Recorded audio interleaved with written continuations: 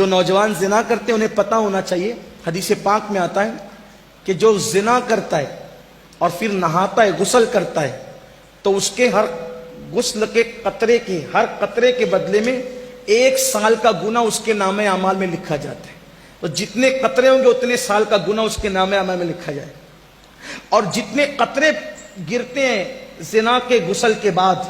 اس سے شیاطین پیدا ہوتے ہیں، وہ سارے شیاطین قیامت تک پاپ کریں گے، اور ان سب کے پاپ کا عذاب اس کے سر ڈالا جائے گا جس کے زنا کے غسل سے وہ شیاطین پیدا ہو۔ اور دوسری طرف حدیث پاک میں آتا ہے کہ جو نکاح کرتا ہے اور نکاح کرنے کے بعد جائز ملاقات بیوی سے کرتا ہے اور پھر غسل کرتا ہے، تو ہر قطرے کے بدلے میں 1 سال کی عبادت کا ثواب لکھا جاتا ہے،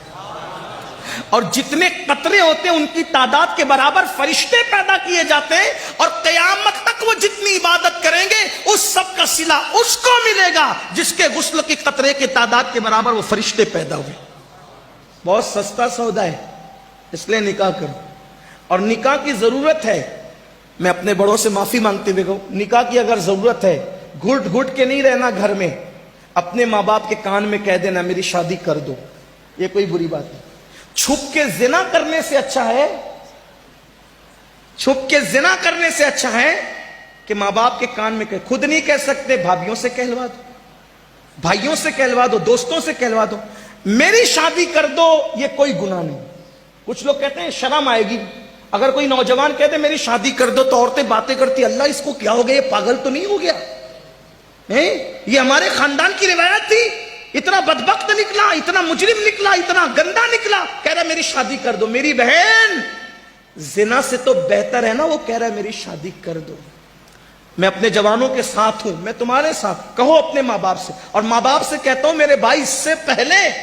کہ تیرے بچے تجھ سے کہے میری شادی کر دو، تجھے کر دینا چاہیے۔ ہاں، کچھ لوگ کہتے ہیں مولانا کھلائیں گے کیا؟ میں نے کہا اللہ رزاق ہے، جو مرغیوں کو بھوکا نہیں رکھتا وہ تیری بہو کو کب بھوکا رکھے گا؟ اور جس رسول نے فرمایا صلی اللہ علیہ وآلہ وسلم کہ نکاح کرو مالدار ہو جاؤ، میرا تجربہ ہے جس نے بھی نکاح کیا وہ مالدار ہوا، شرط یہ کہ گناہ چھوڑ دے نکاح کے بعد۔ ہاں، اور بیٹیوں سے بھی کہتا ہوں، بیٹیوں سے بھی کہتا ہوں کہ اگر ان کو یہ حاجت ہو کہ ان کا نکاح ہونا چاہیے تو وہ کسی کا ہاتھ پکڑ کر بھاگنے کی بجائے وہ شرافت کے ساتھ اپنی ماں کے کان میں کہہ دے کہ میری شادی کر دیجیے، یہ بھی کوئی عیب نہیں، بیٹیوں کے لیے بھی ہے، کیونکہ جتنے حقوق بیٹوں کے اتنے حقوق بیٹیوں کے۔ جام نگر والوں یہ نہیں کہنا میں بگاڑنے کے لیے، واللہ کسی کا ہاتھ پکڑ کر بھاگنے سے تو